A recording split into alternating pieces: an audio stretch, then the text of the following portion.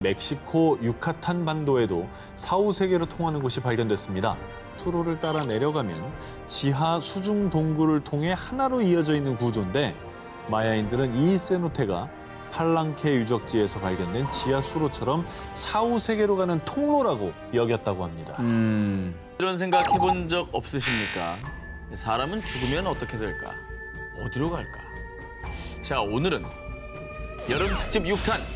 여름 특집의 마지막 특종은 그곳이 궁금하다. 사후세계 19입니다. 그래서 정말 아주 오래전부터 이 사후세계에 대한 관심은 엄청났습니다. 역사적으로도 사후세계를 준비하는 흔적들이 여기저기서 발견이 되기도 하고요. 그런데 역시나 사후세계가 어딨냐? 안 믿는 분들도 있을 겁니다. 왜? 과학적으로 증명이 안 됐으니까. 그런데요, 먼 옛날엔 지구가 둥근 줄 알았습니까? 몰랐죠? 아직 우리가 그 영역에 도달하지 못한 걸 수도 있는 겁니다. 우리가 이 생의 삶을 다해야 갈 수 있는 그곳. 과연 그곳은 어떤 모습일까요? 그곳이 궁금하다. 사후세계 19, 17일을 공개합니다. 실험으로 증명한 사후세계. 1997년 영국 노퍽주에 위치한 마을 스콜. 이 마을에 있는 한 저택의 지하실에 심령학자인 앨런 부부와 로빈 부부, 그리고 여러 사람들이 모였는데요. 그런데 갑자기 지하실에 있던 라디오에서 들려온 한 목소리 들어보시죠. Manu, are you there?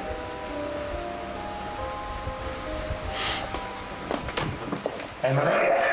Yes. Hello, Manu. Thank you, Manu. 뭐야, 대답했어? We would like to ask the question of the appearance of your space.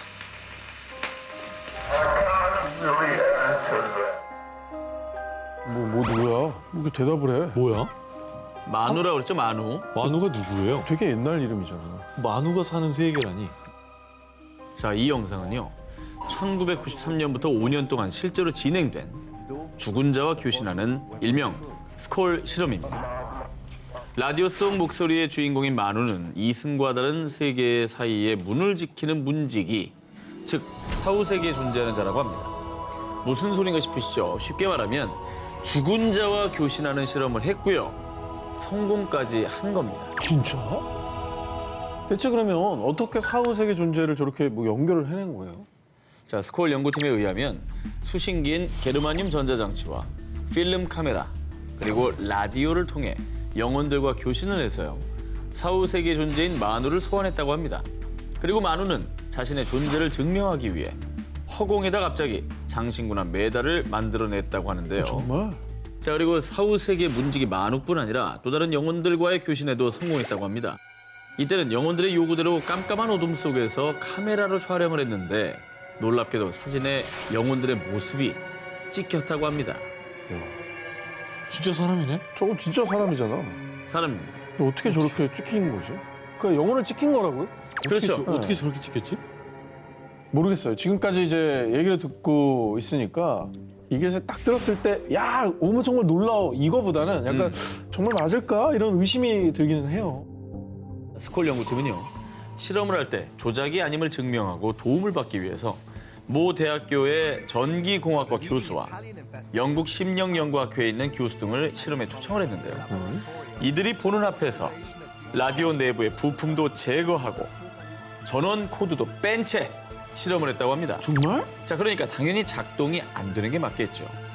그런데 소리가 들린 겁니다. 그게 바로 영혼의 소리. 즉, 교신에 성공했다는 증거가 되는 것이죠. 야, 이게 뭔 소리야 진짜. 어우, 소름인데 약간. 자, 그래서 실험에 참여한 과학자들은 스콜 실험 결과는 속임수가 아니다라며 증언을 했다고 합니다. 아니 근데 이 실험 지금도 합니까? 지금까지 하고 있다면 전 세계가 뒤집어졌을 것 같은데. 1998년 1월 실험을 시작한 지 5년 만에 스콜 실험이 갑작스레 중단됐습니다. 그 이유가 무엇이었냐? 사악한 영혼들이 우리가 사는 세상으로 넘어오려고 했습니다. 그래서 그만뒀습니다. 스콜 실험 연구팀에 따르면 죽은 자들이 자신들이 드나들 수 있는 문, 빈 유리관을 설치해달라고 요구했는데 이 빈 유리관에서 사악한 기운의 영이 나타난 겁니다. 이에 연구팀은 제어 불가능한 끔찍한 일이 생길 수도 있다고 판단해 결국 실험을 중단했다고 합니다. 이 실험을 보면 어쨌거나 인간이 사는 세상도 있고 사후세계도 있고 뭐 이런 게 증명이 된 게 아닌가. 죽은 자들과 교신하는 스콜 실험, 그들이 사는 사후세계는 대체 어떤 곳일까요? 그곳이 궁금하다. 사후세계 19, 16일 공개합니다. 죽음의 문턱에 다녀온 사람들. 1960년대부터 사후세계를 연구하며 Near Death Experience, 일명 임사체험이라는 단어를 처음 사용한 임사체험 분야의 최고 권위자, 미국의 심리학자 레이먼드 무디. 이 무디가 1975년 발표한 책 3 이후의 삶은요. 그가 60년대부터 10여 년간 임사체험을 한 약 150명과 인터뷰한 내용을 담고 있습니다. 레이먼드 무디는요, 임사체험을 한 약 150명에게서 아주 놀라운 점을 발견했는데요. 사후세계, 그 문턱에 다녀온 사람들의 증언이 정말 놀랍게도 닮아 있다라는 겁니다. 아, 따로따로 했는데? 그렇습니다. 우와.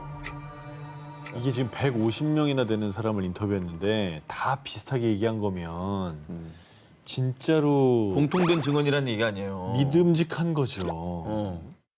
자, 죽음을 경험한 사람들의 첫 번째 공통 증언. 뭐래요? 바로 유체 이탈. 자, 영화에서 보셨을 겁니다. 영혼이 몸에서 이게 빠져나온 현상. 이걸 말하는 건데요. 실제로 1984년 미국에 살던 마리아는 갑자기 심장마비가 와 병원으로 옮겨졌는데요. 그런데 바로 그때 갑자기 몸이 왜 붕 뜨지? 자신의 영혼이 두능실 떠오르는 걸 느꼈고요. 아래를 내려다보니 의료진에 둘러싸여 응급조치를 받고 있는 자신을 발견했다는 겁니다. 근데 정말 놀라운 건요. 유체 이탈을 한 마리아의 영혼이 병원을 둘러보다 3층 테라스에서 테니스화를 발견한 겁니다. 그리고 그 뒤 의료진의 응급조치로 다행히 마리아는 의식을 되찾았는데요. 3층 테라스에 테니스화가 있었어요. 마리아가 자신이 본 걸 의료진에게 얘기를 했고 이 말을 들은 의료진이 3층 테라스에 가봤는데 정말로 그곳에 테니스화가 있었다고 합니다. 야, 이거는 진짜 소름인데. 자, 이어서 죽음을 경험한 사람들의 두 번째 공통 증언. 하얀 터널. 강렬한 빛이 나는 터널로 빨려 들어간다라는 겁니다. 1982년 미국 네바다주에서 암 투병 중 숨을 거뒀다 깨어난 제이컵. 숨을 멈춘 그 순간 그는 갑자기 머리 위로 나타난 강한 빛이 나는 하얀 터널 속으로 빨려 들어갔다고 하는데요. 그런데 터널을 지날 때 그의 눈앞에 펼쳐진 광경. 바로 태어날 때부터 눈을 감은 순간까지 자신의 모습이 파노라마처럼 지나갔다는 겁니다. 이게 사실 영화나 드라마에 많이 나오던 이 장면이에요. 그렇죠. 네. 작가분들이 이 무디 책을 보고 말이죠. 참고를 해서 쓴 게 아닌가. 뭐 그런 생각이 들 정도로 공통된 증언이 나온다는 겁니다. 죽음을 경험한 사람들의 세 번째 공통 증언. 반가운 누군가를 만난다는 것. 하얀 터널을 지난 뒤에 먼저 세상을 떠난 가족 또는 친구들이 자신을 반갑게 맞아주기도 하고요. 진짜? 혹은 하느님, 부처님 등 신을 만나기도 한다는 겁니다. 어머머.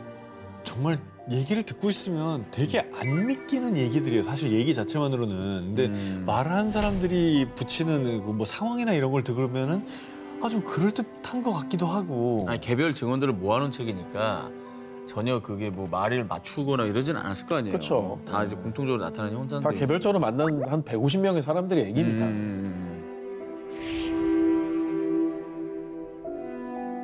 그곳이 궁금하다. 사후세계 19, 15위 공개합니다.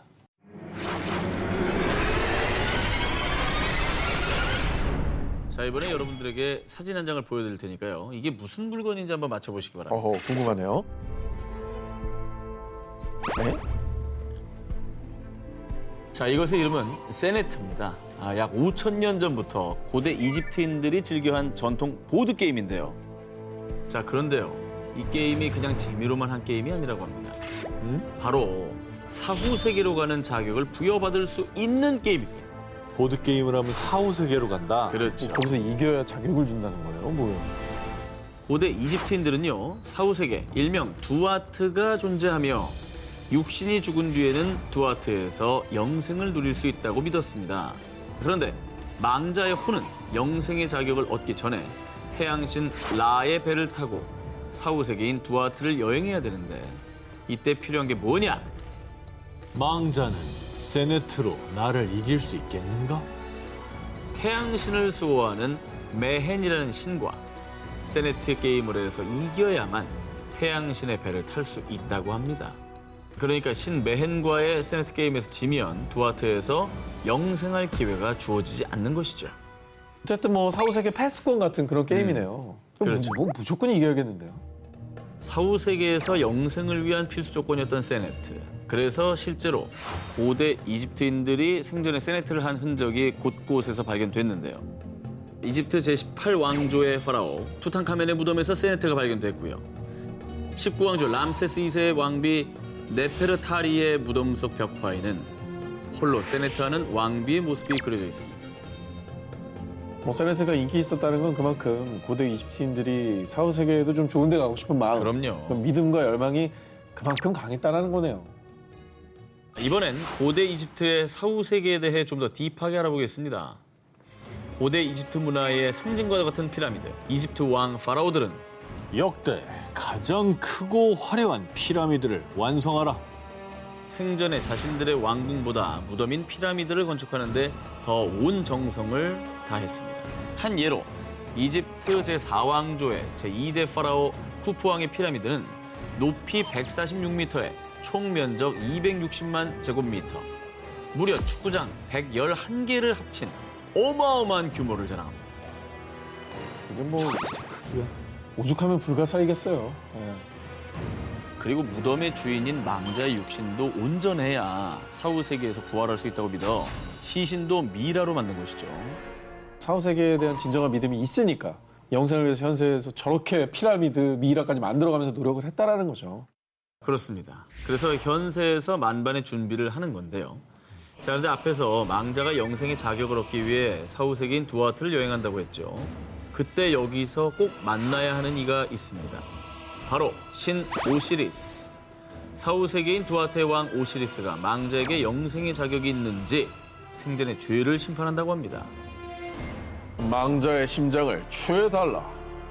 망자가 생전에 도덕적인 삶을 살았다면 망자의 심장이 추 반대쪽의 깃털보다 가볍답니다.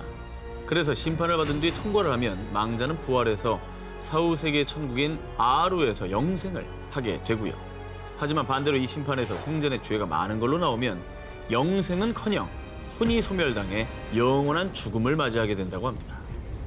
이거는 영화 신과 함께에 나오는 내용하고 좀 비슷한 것 같아요. 맞아요. 귀인이 되는 조건을 심사한 거네요. 육신이 죽은 뒤 다시 한번 운명을 결정하는 사후세계의 심판. 어쩌면 우리가 사는 현세는 사후세계의 삶을 결정짓는 여정이 아닐까요?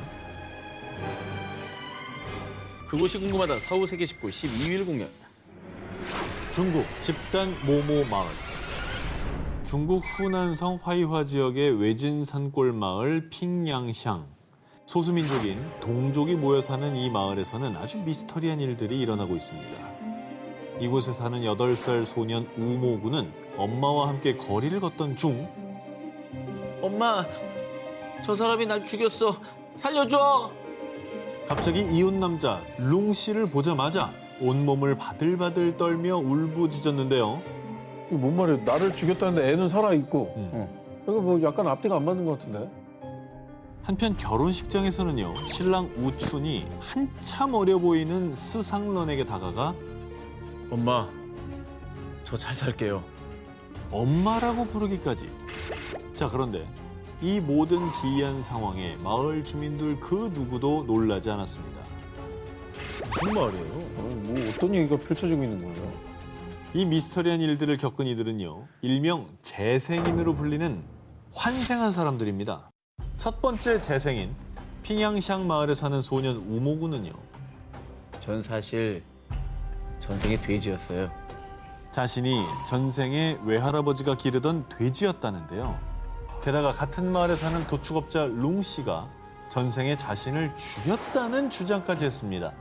그런데 정말로 과거에 룽 씨가 소년의 외할아버지가 기르던 돼지 한 마리를 잡은 적이 있었다는 거죠. 돼지가 사람으로 환생했다는 얘기네. 그리고 아까 결혼식 장면 기억나시죠? 네네. 핑양샹 마을의 또 다른 재생인 스상런은 전생에 셴시라는 마을에 사는 24세 여성 야오잔이었다는데요. 전생에 아이들을 두고 먼저 눈을 감은 게 내 한이에요. 전생에 우춘이라는 아들과 우메이라는 딸을 두고 본인은 지병으로 사망하게 됐다는데요. 그리고 그녀는 환생을 한 뒤 전생이 자꾸 기억나서 11살 무렵 직접 시엔시 마을에 찾아갔는데 그런데 그곳에 정말 우춘과 우메이라는 남매가 살고 있었고요. 심지어 남매의 모친은 지병으로 사망한 야오자안이었습니다. 그럼 그렇게 바로 환생을 한 거라는 거예요? 어이구, 소름 돋네요. 스상런의 이야기를 들은 우춘 남매는 그녀를 엄마가 환생한 존재라 믿을 수밖에 없었고요. 그래서 아들 우춘의 결혼식에 스상런이 엄마로서 참석도 하고 현재까지도 계속 왕래하며 가족의 연을 이어가고 있다고 합니다. 그런데 핑양시ang 마을에는 본인이 환생했다고 주장하는 재생인들이 무려 110여 명에 달한다고 합니다. 정말 기묘한 얘기네요, 진짜. 110여 명, 와우. 환생인들의 마을, 핑양시ang 마을에 대해 일각에서는 마을을 유명하게 만들려고 다 같이 거짓말하는 거 아니냐? 라며 비난하는 목소리도 있었는데요.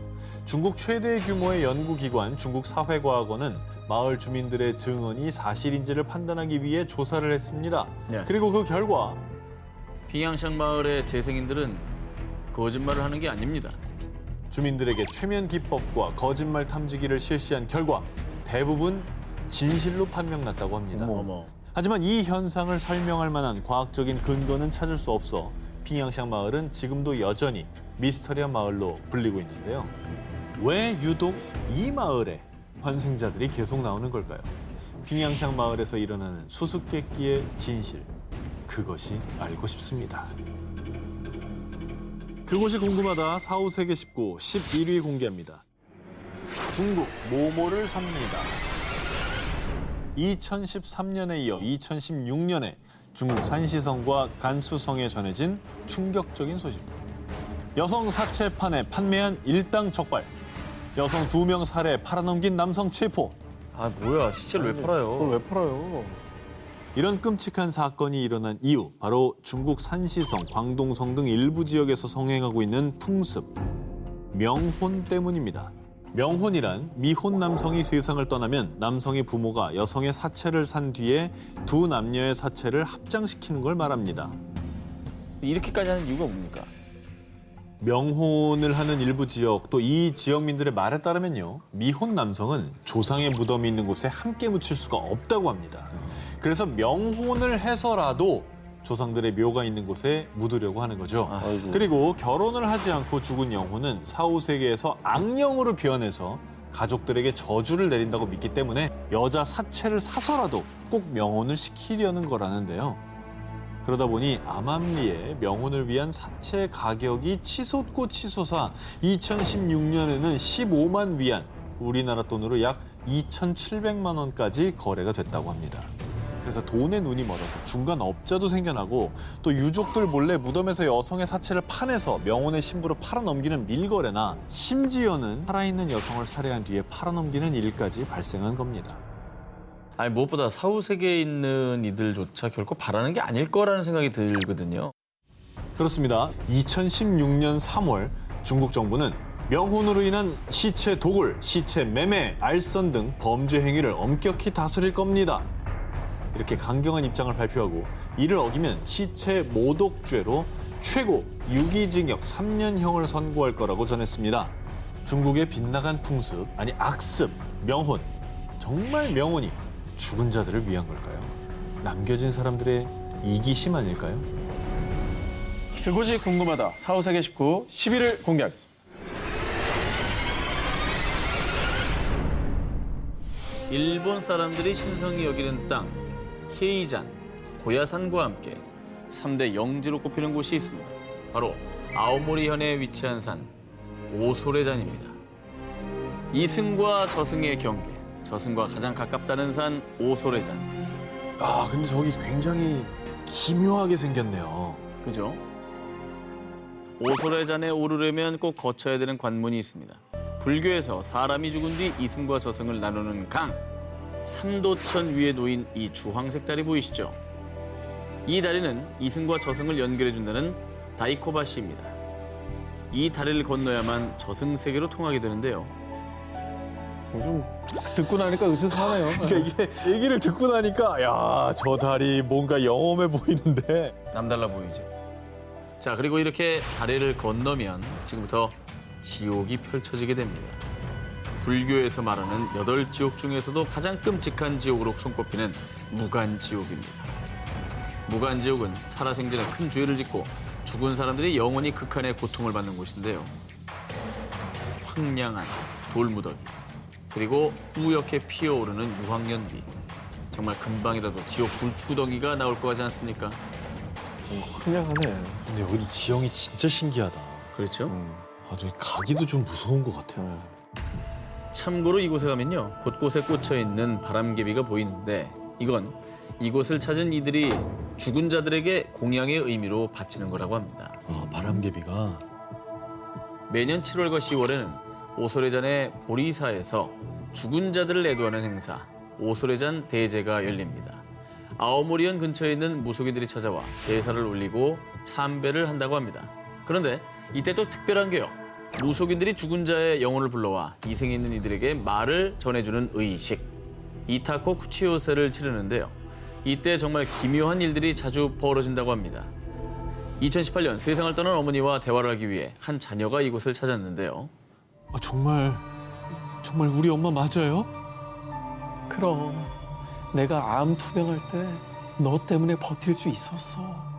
한 무속인이 산자와 죽은 자를 연결해 주었는데 정말 엄마가 아니면 알 수 없는 생전의 일들을 얘기한 겁니다. 진짜 영혼이 찾아온 거네. 이거 누가 어떻게 알려주겠어요? 야, 대단하다. 네. 아, 이게 뭔가 기운이 있는 곳이긴 한가 봐요. 기운이라고 하는 게 있는 것 같아요. 죽은 자를 그리워하고 만나고 싶은 이들은 지금도 이곳을 찾고 있습니다. 그곳이 궁금하다. 사후세계 19 3위를 공개합니다. 오! 자, 이제 퇴근이 나오죠. 자, 오퇴요! 나만 아니면 돼. 나만 아니면 된다니까. 아직도 수많은 미스터리를 품고 곳곳에 잠들어 있는 고대 마야 문명. 그런데 마야 문명이 남긴 흔적들에 정말 특이한 점이 있다는데요. 멕시코 남부 치아파스주에 위치한 팔렌케 유적지. 이곳엔 지금으로부터 약 1400년 전 600년대 마야의 부흥기를 이끈 파칼 왕의 무덤과 사원이 있습니다. 2015년 7월 멕시코 국립인류학 역사연구소 탐사팀은 파칼 왕의 무덤이 있는 비문의 신전 지하에서 길이와 폭이 60cm가량 되는 지하 수로를 발견했습니다. 위에 저런 지하 수로가 있는 거예요? 상당히 잘 만들어져 있죠. 네. 파칼 왕의 지하 묘실에서 신전 앞 산책로까지 이어진 수로는요, 단순히 물이 흐르는 수로가 아니었습니다. 이 수로는 사후세계로 가는 통로입니다. 고고학자들의 말에 따르면 고대 마야인들은 파칼 왕의 영혼이 이 수로를 통해 사후 세계로 건너간다고 믿었다는데요. 어머, 왜 그렇게 생각을 한 거예요? 수천 년 전 고대 마야인들은 사람이 태어나면 영혼이 몸에 묶여 있다고 생각했고요. 그래서 육신이 죽으면 끝이 아니라 그 영혼은 사후 세계로 간다고 믿었습니다. 그리고 특히 수로, 즉 물은 삶의 순환이 시작되고 끝나는 곳이라는 특별한 의미를 가지고 있다고 하고요. 정말 결정적으로 파칼 왕의 무덤에서 발견된 한 쌍의 귀마개에서 죽은 자를 물에 잠기게 해 사후 세계로 인도할 것이다 라는 문구가 발견됐다고 합니다. 마야인들은 이제 물을 통해서 사후세계로 간다 이렇게 믿은 거군요. 맞습니다. 그리고요, 팔렌케 유적지에서 발견된 수로뿐 아니라 마야 문명의 발원지인 멕시코 유카탄 반도에도 사후 세계로 통하는 곳이 발견됐습니다. 이곳엔 마야인들이 신성하게 여긴 수천 개의 천연 지하 샘물 세노테가 있는데요. 많은 세노테들이 수로를 따라 내려가면 지하 수중 동굴을 통해 하나로 이어져 있는 구조인데, 마야인들은 이 세노테가 팔랑케 유적지에서 발견된 지하 수로처럼 사후 세계로 가는 통로라고 여겼다고 합니다. 이집트도 그렇고 고대 사람들은 죽음이 결코 끝이 아니라고 믿은 것 같아요. 멕시코 지하에 있는 수로들 그 너머엔 고대 마야인들의 영혼들이 우리가 모르는 비밀을 품고 살아가는 건 아닐까요? 여름 특집 6탄 그곳이 궁금하다 사후세계 19 1위 후보 헤드라인 공개해 주시죠.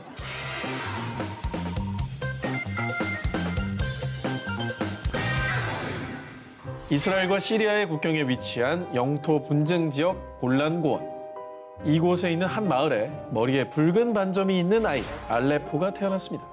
그런데 또래보다 꽤 일찍 말이 트인 알레포. 그런데 말입니다. 3살이 되던 해에 알레포가 이상한 이야기를 하기 시작했습니다.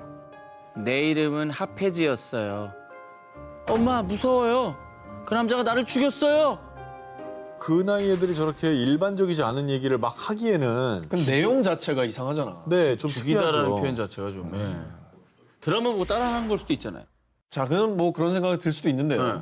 처음엔 알레포의 부모 역시 아이가 그저 뭐 어디 이야기를 뭐 지어낸 얘기라고 생각을 했는데요. 그러나 날이 갈수록 알레포의 얘기는 더 구체적이고 내용도 끔찍했습니다. 그래서 결국 부모는 알레포가 계속 얘기를 했던 마을을 함께 찾아갔는데요. 마을에서 한 노인을 만나게 된 부모, 그리고 그 노인에게 아이 얘기를 했죠. 그런데 그때 하페즈? 하페즈는 4년 전에 실종된 우리 마을 청년인데. 진짜?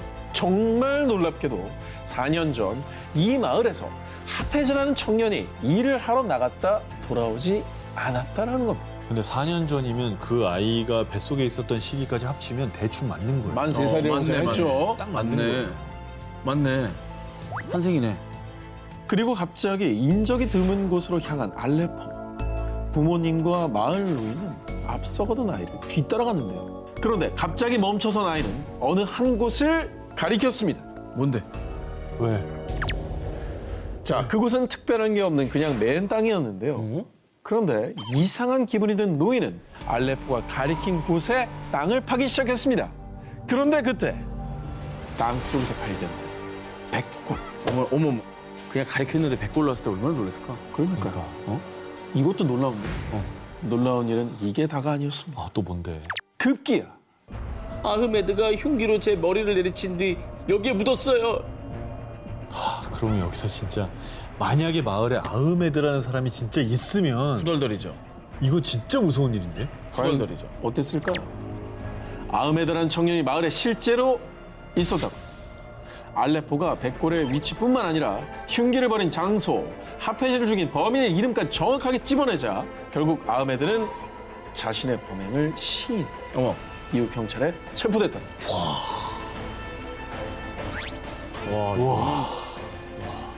경찰도 밝혀내기 힘든 그거를 본인의 기억으로. 그리고 또 하나, 처음에 제가 말씀을 드렸었죠. 뭐죠? 알레포가 태어날 때부터 있었던 붉은 반점. 왜 반점이 나? 피? 이 붉은 반점의 위치와 백골의 머리에 난 흉기의 상처가 정확하게 일치했다. 아, 너무 이상하다 이거. 와, 너무 무서운 일이다 이런 거. 이건 너무 이상한 일이다. 3살 꼬마의 놀라운 사연. 이 모든 걸 어떻게 설명할 수 있을까요? 환생이 아니라면 말이죠. 여름 특집 6탄 그곳이 궁금하다 사후 세계 19. 저 정기자의 1위 후보를 공개합니다. 2002년 홍콩. 평범한 주부였던 아니타는 갑작스레 림프종 진단을 받은 뒤 힘겨운 투병 생활을 이어갔습니다. 하지만 병은 나아질 기미를 보이지 않았죠. 그렇게 4년의 시간이 지났을 무렵. 시간이 얼마 남지 않은 것 같습니다. 길어야 3개월. 마음의 준비를 하세요. 2006년 2월의 어느 아침 나날이 쇠약해져 가던 아니타는 급기야 혼수 상태에 빠졌고요. 점점 죽음이 아니타를 덮쳐오고 있었는데요. 그런데 혼수 상태에 빠져 사경을 헤매던 아니타는 갑자기 몸이 가벼워지면서 모든 아픔과 고통이 사라지더니요. 아니, 이게 어떻게 된 거지? 나는 저기 있는데? 급기야 몸과 영혼이 분리되는 유체 이탈을 경험한 겁니다.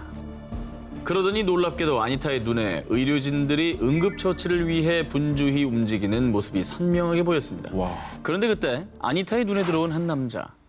그는 바로 10년 전에 돌아가신 아니타의 아버지였습니다. 아버지, 여기 계셨던 거군요. 사랑하는 나의 딸 아니타. 나는 늘 이곳에서 가족들을 지켜보고 있었단다. 오랜 투병 생활에 지칠 대로 지쳤던 아니타는 아버지를 만나자 형용할 수 없는 안도감이 밀려오며 따뜻함과 평안함을 느꼈는데요. 그런데 그때 어디선가 의사가 사망 선고를 내리는 음성이 들려왔습니다. 사망하셨습니다. 아니타, 너는 아직 이곳에 올 때가 아니야. 하지만 여기 남을지 네 몸으로 다시 돌아갈지는 네가 선택할 몫이란다. 아버지의 말을 들은 아니타는 왠지 다시 깨어나면 더 이상 암으로 인해 고통받지 않을 거라는 묘한 확신이 들었다고 합니다. 와, 그런데 그 생각이 끝나자마자 곧바로 눈이 떠진 아니타. 진짜? 아니 사망 선고 들었다 했잖아. 그렇죠. 자, 그런데 정말 놀라운 것은 지금부터입니다. 뭐예요? 아까 아니타가 암이 사라질 것 같은 확신이 들었다고 했죠. 에? 실제로요. 그 기적 같은 일이 일어났습니다. 에? 아니타의 온몸을 뒤덮고 있던 종양들이 단 4일 만에 무려 70%나 사라진 겁니다. 게다가 5주 정도가 지나자 아니타의 몸에서 아예 암세포가 흔적도 없이 사라졌다고 합니다. 아니 암 때문에 거의 혼수 상태까지 가고 사망 선고 받으신 분이잖아요. 그렇죠. 이거 뭐 말기를 지나서 아예 그냥 끝난 겁니다, 이게 사실은. 어떻게 가능한 일일까? 예. 아니, 야, 너무... 이건 의학적으로 볼 때는 정말 말도 안 되는 얘긴데.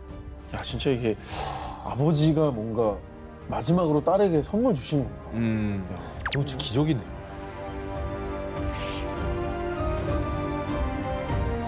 자, 그럼 오늘의 데스크 김원 크리에이터님을 영상으로 만나보겠습니다. 안녕하세요. 안녕하세요. 안녕하세요. 자 오늘 저희 기사에 대한 총평 부탁드리겠습니다. 과학적으로 증명할 수 없지만 아주 옛날부터 지금까지 그 미지의 세계에 대해 실제로 사후세계가 존재할 것이다라고 생각해왔습니다. 그런데 아마도 우리에겐 존재 여부보다는요, 다음 생에도 이어진다는 것을 바탕으로 주어진 인생에 대해 좀 더 깊이 생각하고 고민할 시간을 주는 그런 곳이 아닐까라는 생각입니다. 그럼 김원 크리에이터님 오늘 1위 발표해 주시죠.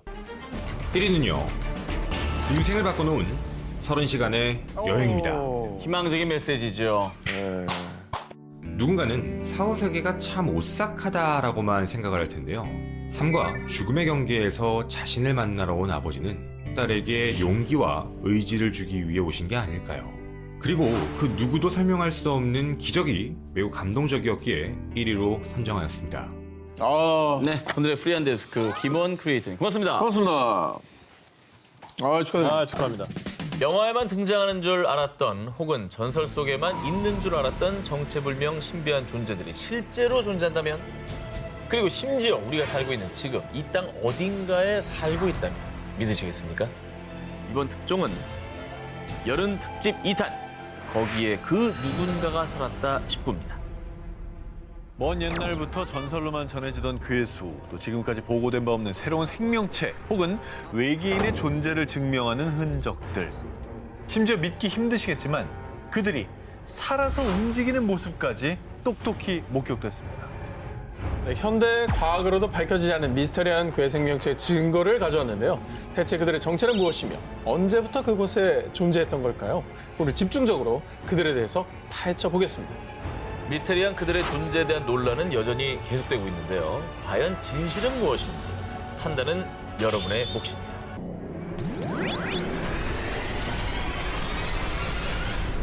자, 두 기자님은 도비 프리! 영화 해리포터속 진요정 도비의 존재를 믿고 계십니까? 저 안 믿었었는데 아까 저 오기자 기사를 보고 나니까 뛰어가네. 실제로 있지 않을까라는 생각이 좀 듭니다. 해리포터도 덕후기 때문에 네네. 도비의 존재를 믿고 싶겠죠. 자, 그런데 말입니다. 할리우드가 아닌 미국 콜로라도의 한 주택 주차장에서 도비의 모습이 포착이 됐습니다. 보세요. 그림자 하나 나왔어. 자, 어때요? 박수를 치면서 가죠? 어떻습니까? 왜 웃죠? 무서워야 되는 거 아닙니까? 에헤이라니. 에이 이거야말로. 이거야말로라뇨. 이거야말로 할로윈 아니에요. 아니 근데 그거 치고 사람이 너무 작은데? 할로윈에 아이들 장난치잖아요. 아이라고 보기에는 팔다리와 머리의 비율이 안 맞잖아요. 다리가 너무 가늘어. 잘 봐봐. 실 맨날이잖아. 같아. 아, 왜 못 믿는다는 그 거야? 걸음걸이 자체가 너무 과장됐어. 장난치려는 의도가 너무 좁아. 띠리리리리리리. 아니, 왜 콜로라도에서 띠리리리를 왜 합니까? 도비와 너무나 흡사한 모습, 게다가 진정한 자유를 얻었다는 듯 신나 보이는 저 경쾌한 발걸음, 도비 프리를 온몸으로 표현하고 있는 것 같지 않습니까? 박수를 치지 않습니까? 아니 뭐 자유를 얻었다 이런 건 잘 모르겠고 그냥 걸어가는 것 같기도 해요. 저 억지로 믿는 거 아니죠? 아니 난 진짜 믿고 있어. 아니면 아니면요. 위에서 천장에서 인형을 이렇게 조종하는 걸 수도 있지. 문제의 영상 속 괴 생명체는 2019년 6월 미국 콜로라도에 사는 비비안 고메즈가 우연히 집 주차장 CCTV를 확인하는 중에 발견을 했습니다. 이후에 고메즈는 일요일 아침에 카메라에 찍힌 이런 걸 확인했어요. 이게 대체 뭘까요? 개가 서서 갔나? 그 개가 서서 간 거라면 오히려 난 이해할 수 있을 것 어떻게 같아요. 그걸 이해를 해? 비슷하잖아. 저. 개가 서서 가는 게 더 신기한 거야. 그게 더 구독수가 더 많이 나오지, 조회수가. 개가 이러고 다니면. 걔가 그렇게 해서- 개가 박수를 치고 한다고? 아니 가끔 영상 아니, 되는 소리를 해야지. 가끔 영상 보잖아 그런 거. 도비는 어쨌거나 조앤 케이 롤링이 만든 존재잖아요. 상상 속의 존재이니까 저는 아직도 약간 누가 약간 할로윈 장난친 게 아닌가. 그렇습니다. 일각에서는요. 고메즈 아들이 머리에 반바지를 거꾸로 쓰고 장난치고 있는 것 같은데. 에이, 도비가 어딨어. 영상 조작했네. 그러나 고메즈는요. 저는 영상을 조작할 만한 기술이 없어요. 게다가 그날 밤 아들은 저와 함께 집에 있었다고요. 누리꾼 수사대들 역시 해당 영상이 조작되지 않았다고 주장하며 이 미스테리는 여전히 풀리지 않고 있다고 합니다. 자, 도비에 이어서 또 다른 전설 속 존재가 등장해 아르헨티나를 발칵 뒤집어 놨습니다. 2017년 10월 아르헨티나 북서부 투쿠만의 한 마을. 조용하던 마을에 한순간 울음 섞인 소녀들의 비명이 울려 퍼졌습니다. 거의 울부짖네. 산책 중이던 두 소녀. 근데 갑자기 숲속에서 정체불명의 괴 생명체가 다가오자 소녀들은 혼비백산하며 도망쳤던 겁니다. 뭔가 되게 겁에 질리긴 했는데? 그리고 소녀들이 말한 고블린은요. 우리나라의 도깨비 같은 서양의 전설 속 요정으로요. 말이 요정이지 고블린의 취미자 특기는 인간들 괴롭히기라고 합니다. 그러니까 애기들은 더 저런 걸 다 믿을 나이니까 정말 고블린이 나타났다고 생각하면 되게 무서워했을 것 같아요. 자, 그런데 말입니다. 아르헨티나에서 고블린이 나타난 게 이번이 처음이 아니었습니다. 약 8개월 전인 2017년 2월 아르헨티나 산티아고 델 에스테로. 축구를 하던 소년들의 곁으로 다가온 괴 생명체. 저기 뭐죠? 저게 뭐예요? 저기 어깨도 있고 그죠? 다리도 있고 팔도 있고 약간 뭐지? 그런 모양이네. 근데 자꾸 애들만 있는 곳에 나타나는 거죠? 고블린이 그러면 아이를 좀 괴롭히는 걸 좋아하나요? 그렇습니다. 고블린은 특히 어린이들을 괴롭히길 좋아한다고 알려져 있는데요. 그래서 옛날부터 서양 엄마들의 단골 멘트가 너 자꾸 말 안 들으면 고블린 온다. 서양 아이들에게는 망태 할아버지급 공포의 존재로 알려져 있다고 합니다. 아르헨티나 아이들을 공포로 빠뜨린 고블린 대소동. 정말 이 괴 생명체의 정체는 아이들을 괴롭히기 위해 나타난 고블린이었을까요? 거기에 그 누군가가 살았다 싶고 8위를 공개합니다. 전설의 괴물이 나타났다? 2016년 8월 포르투갈의 한 사막에서 포착되며 사람들을 공포로 몰아넣은 괴 생명체. 뭐야? 야, 이건 진짜 이상하다. 흐느적하게. 팔이 너무 길어. 그죠? 이게 뭐가 됐든지 간에 진짜 희한하게 생겼고 희한하게 걷는다. 그렇죠. 우리가 모르는 게 너무 많습니다. 자, 털로 뒤덮인 몸에 사람이라고 하기에는 비정상적으로 긴 팔과 다리, 그리고 허리를 구부린 채 천천히 걷는 괴 생명체 발견에 포르투갈 누리꾼들 사이에서는요. 약간 추파카브라랑 비슷하지 않아? 에이, 추파카브라가 포르투갈에 왜 나타나? 아니, 추파카브라는 우리도 몇 번 소개했잖아요. 특히 이제 가축들을 공격해서 피를 빨아먹는다는 전설의 괴물이었는데 근데 뭐 털로 뒤덮인 몸과 두 발로 걷는다는 특징은 추파카브라랑 좀 비슷한 것 같긴 한데. 네네. 근데 추파카브라는 아메리카 대륙의 괴물이잖아요. 근데 포르투갈은 유럽입니다. 아하. 이렇게 멀리 떨어진 곳에서 발견된 건 좀 이상하긴 한데요. 자, 그런데 포르투갈에도 추파카브라 같은 전설 속 흡혈 괴물이 있긴 합니다. 마법을 통해 흡혈귀가 된 여자 괴물 블루카. 자, 하지만 일부 누리꾼들의 주장대로 만약 영상 속 괴 생명체가 정말 추파카브라나 포르투갈의 흡혈 괴물이라면 그간 그들의 소행이라고 알려진 가축 흡혈 사건이 일어났을 법도 하잖아요. 하지만 해당 사막 일대에서는 단 한 차례 혈각건도 보고된 바가 없다고 합니다. 그러면 아닐 수 있다는 건데 생긴 것만 좀 비슷하지 전혀 새로운 네. 또 다른 괴생명체 뭐 이런 거 아니에요? 포르투갈 사막에서 발견된 괴생명체의 정체는 여전히 밝혀지지 않은 것으로 전해졌는데요. 사람들을 혼란에 빠뜨린 이 괴생명체의 정체는 과연 무엇이었을까요? 거기에 그 누군가가 살았다 싶고 7위 공개합니다. 이곳에 찍힌 미스터리 생명체. 지난주 잃어버린 세계를 찾아서 19에서 마지막 원시 대륙으로 불리는 이곳에 대해서 소개해드렸는데 두 기자님 기억하십니까? 아, 극지방 아닙니까? 맞아요. 2개 중에 하나로 좁혀졌어요. 남극! 그걸 틀리네. 북극! 어디야? 기억이 안 나. 그 평 그거? 남극입니다. 혹독한 기후 환경으로 일부 연구원들만이 거주할 뿐 여전히 신비의 대륙으로 남아있는 남극입니다. 그런데 오래전부터 일본에서 전해지는 남극의 미스터리한 생명체가 있습니다. 이게 실제 목격담을 토대로 그린 괴 생명체의 모습입니다. 팔은 사람 같긴 한데 얼굴이 약간 이상하네. 손가락 엄청 기네. 이 남극 괴생명체의 목격담이 한두 개가 아닙니다.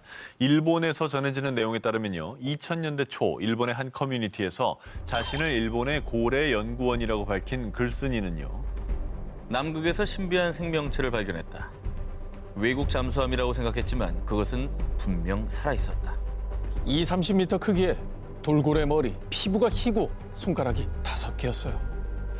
일본의 남극해양연구원과 고래잡이 선원들 사이에서도 목격담이 잇따라 전해졌던 겁니다.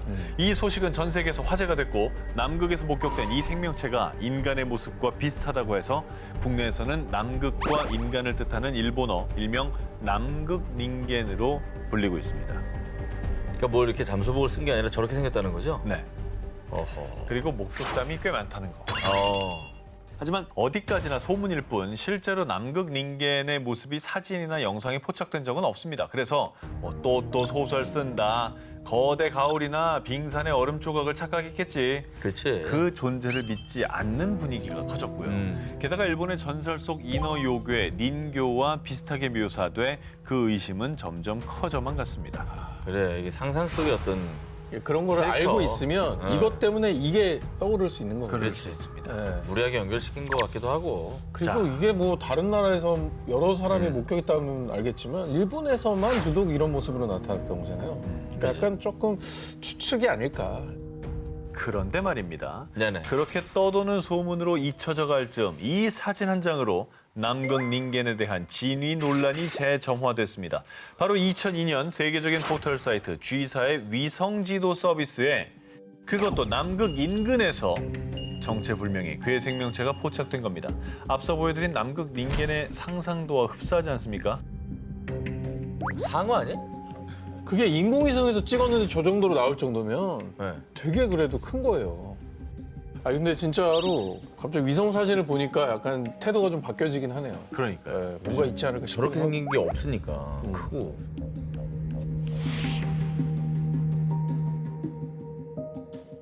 거기에 그 누군가가 살았다 싶고 6위를 공개합니다. 호주 의문의 괴생명체. 아름답고 신비로운 대자연의 위엄을 보여주는 나라 호주.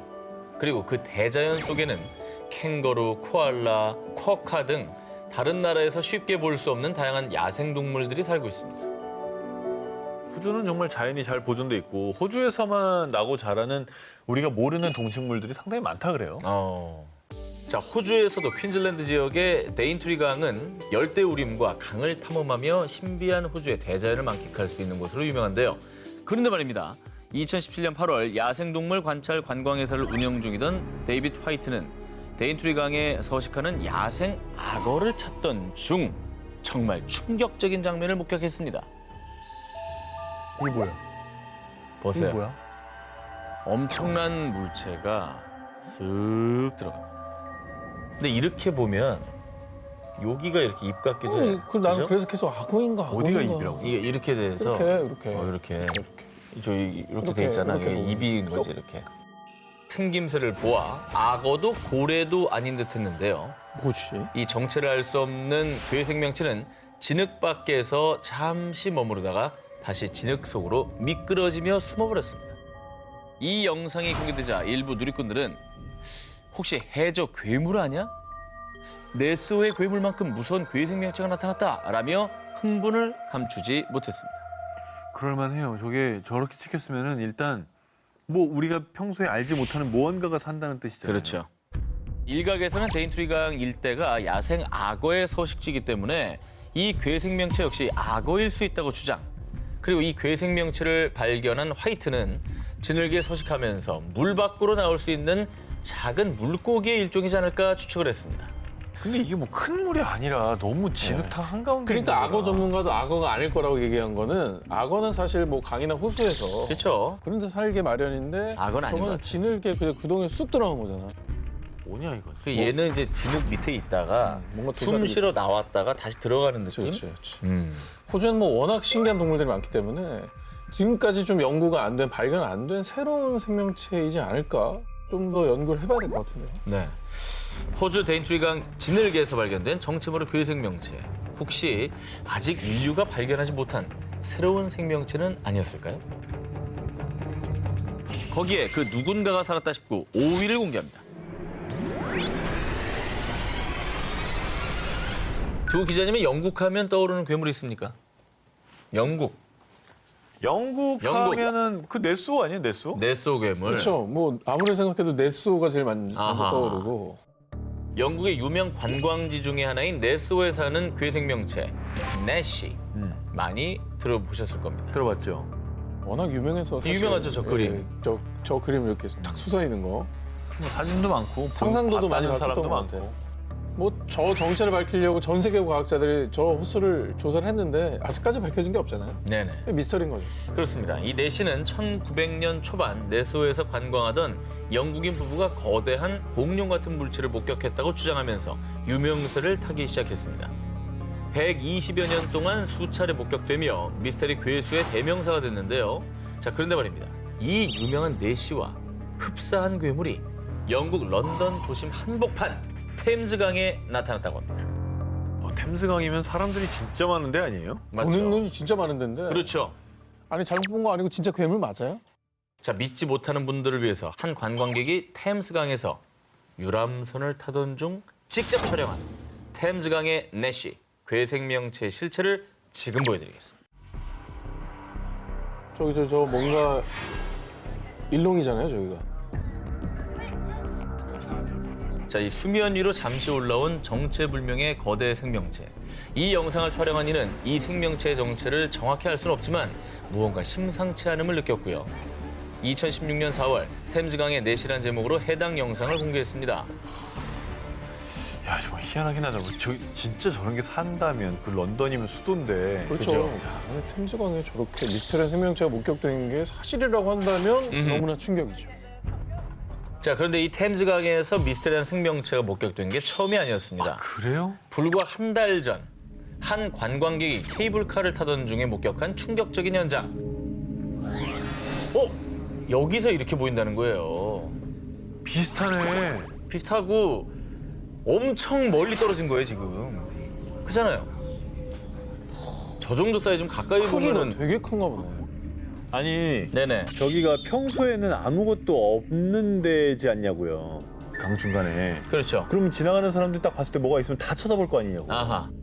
자, 런던 한복판 템즈강에 연이어 괴 생명체가 등장하자 일부 누리꾼들은 템즈강의 괴물이 물 밖으로 나오면 어떡하지? 템즈강의 내시, 괴물의 정체를 밝혀주세요 라며 템즈강에 괴물이 살고 있다고 믿었는데요.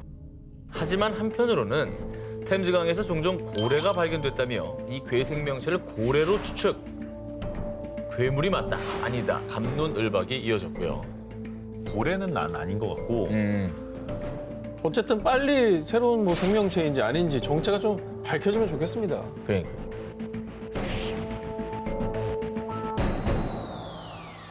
거기에 그 누군가가 살았다 싶고 4위 공개합니다. 그곳에 모모가 살았다는 증거들. 이번엔 2019년 4월 30일 인도 군이 공식 SNS 계정에 공개한 충격적인 사진 먼저 보여드리겠습니다. 이 뭐야? 저 뭐 발자국이 지나갔죠? 그죠. 툭툭툭툭 이렇게 찍혀서 간 거 아니에요? 근데 아래에 있는 게 너무 큰데. 엄청 큰 발자국이죠. 어. 근데 저 정도 뭐 코끼리? 인도에 코끼리 살잖아요. 곰? 그리고 인도군이 이 거대 발자국 사진과 함께 남긴 글. 2019년 4월 9일 마칼로 베이스 캠프에서 신화 속 짐승 예티의 신비로운 발자국을 처음으로 발견했다. 예티가 뭐죠? 미국과 캐나다의 대표적인 설인 빅풋이 있다면요. 히말라야나 중앙아시아에서는 키 최대 2m의 온몸이 긴 털로 덮여 있다는 전설 속 설인 예티가 있다고 전해지고 있는데요.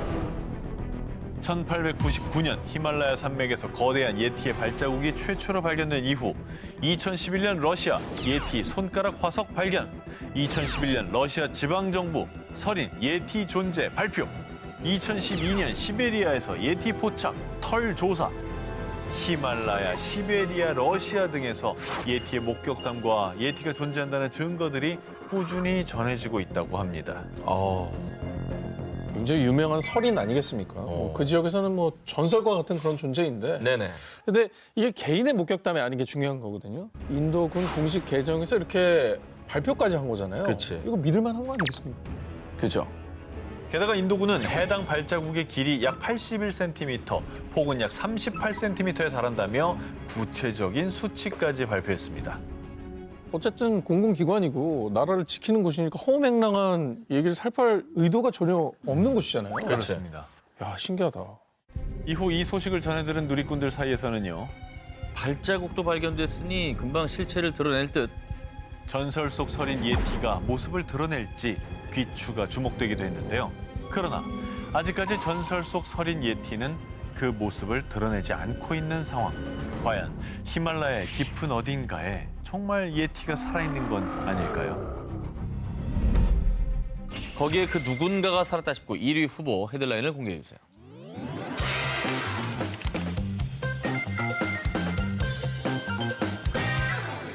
자, 이번에 소개해드릴 그 누군가는 직접 자기소개를 한다고 합니다. 잘 듣고 누군지 맞춰보십시오. 난 주로 사람들의 눈을 피해 최대한 숨어 살고 있죠. 나 근데 조심한다고 했는데 300번 넘게 사람들 눈에 띄었지 뭡니까? 아무래도 키가 2m가 넘고 전 기자님처럼 몸에 털이 많다 보니 자주 목격된 것 같아요. 여러분, 나는 누구일까요? 설인? 바야바. 바야바 기억나요? 자기소개처럼 이 특출난 외모 때문에 목격된 빈도수가 비교적 많은 이 전설 속의 괴물은요. 1960년대부터 1994년 미국 워싱턴, 2007년 미국 엘러게니 국립공원, 2010년 캐나다 온타리오 등등 주로 미국과 캐나다 로키 산맥을 중심으로 수십 년 동안 목격담이 속출했습니다. 300번 이상 목격됐으면 다 들켜버린 거 아니에요? 네. 너무 조심성이 없네, 얘가. 그 주인공은 미국과 캐나다에서 전설처럼 전해지는 반인반수 괴물 빅풋입니다. 빅풋은 이름 그대로 커다란 발을 가진 거인인데요.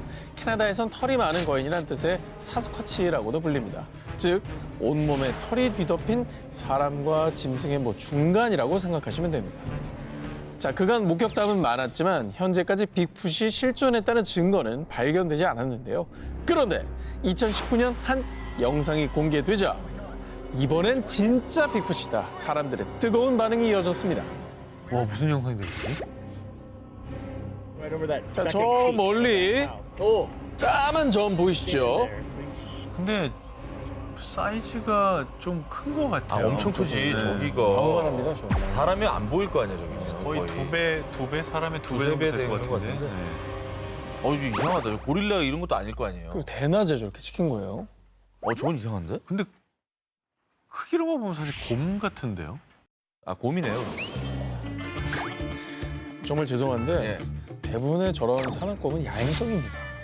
야행성 동물은 낮에 자요. 거의 깨는 일이 없습니다. 눈이 나빠서. 깼나 보죠. 밤인 줄 알고 나왔을 거예요. 불면증. 아니 곰이 스트레스 받는 일이 뭐가 있어요? 얼마나 많은데. 자꾸 사람들 빅풋이라 그러니까 스트레스 받아. 그렇지. 나 곰인데. 그리고 먹이도 없잖아, 요즘에. 예. 짜증나. 최근에 딱 우리 그 방송 막하기예요. 예. 자, 이 영상은 빅풋이 많이 목격되는 곳 중 하나인 미국 유타주 프로보의 주민들이 촬영한 것입니다. 영상 속엔 빅풋으로 추정되는 생명체가 비교적 선명하게 포착. 이 영상이 공개되자 사람들 사이에선 빅풋이 실존한다며 뜨거운 반응이 이어졌고요. 마치 사람처럼 똑바로 걸었고 사람 둘을 합친 것보다 컸다고요. 라며 곰이나 다른 동물이 아니라 빅풋일 가능성이 높다고 주장했습니다. 그리고 이뿐이 아닙니다. 앞서 2016년도에도 일가족이 프로보에서 빅풋을 목격했다고 주장한 적이 있었는데요. 그런데 이번에도 프로보에서 빅풋으로 추정되는 생명체가 발견되자 진짜 빅풋이 실존하는 게 아니냐는 사람들의 반응이 이어졌습니다. 자, 그런데요.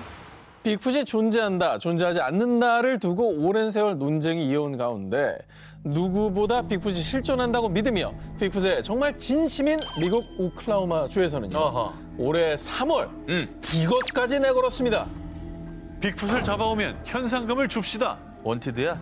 300번이면은 원티드 할 만하죠. 네. 잡아와라 그러면. 무려 오클라호마주의 하원 의원인 저스틴 험프리에 따르면 오클라호마 야생동물보호소의 협력하에 빅풋 수색 시즌을 정하고 자주 출몰하는 곳을 표시한 지도와 빅풋 추적 라이센스도 발급, 그리고 빅풋을 잡으면 자그마치 24억 원의 현상금을 지급하겠다며 이를 법안으로 발의했습니다. 법안으로 발의했다고? 그러면 갑시다 우리가. 잡고 나서 거기서 오프닝 하시죠. 네. 괜찮네. 8억씩 나눠가지고 되는 거예요. 아니 근데 이제 그 공에 따라서 네. 좀 더 결정적인 공을 세운 사람이 반을 가져가고. 아이 그런 게 어딨어. 3분의 1로 해야지. 뭐 뒤에 좋습니다. 빠져 있으려고 그러지. 누가 봐도 뒤에 빠져 있을 거기 나는 때문에 찍고 있을게요. 네. 이 증거 영상을 또 잡아야 돼. 아니, 정 기자님 앞장서서 네. 하는 걸 저희가 찍겠습니다. 털도 많으니까 나랑 또 예. 교감이 될 수 있겠죠. 자, 그런데요, 여러분 빅풋 수색법엔 주의할 점이 있습니다. 단 빅풋을 산채로 잡아와야만 합니다. 우린 평화롭게 빅풋을 대할 겁니다. 오클라호마에서는요, 빅풋을 존중하고 인정하는 만큼 반드시 빅풋을 산채로 잡아와야만 현상금을 겟할 수 있는데요. 어떻게 산채로 잡아 저렇게 큰 애를. 아니면 빅풋한테 그래. 저기 딜을 걸 수 있죠.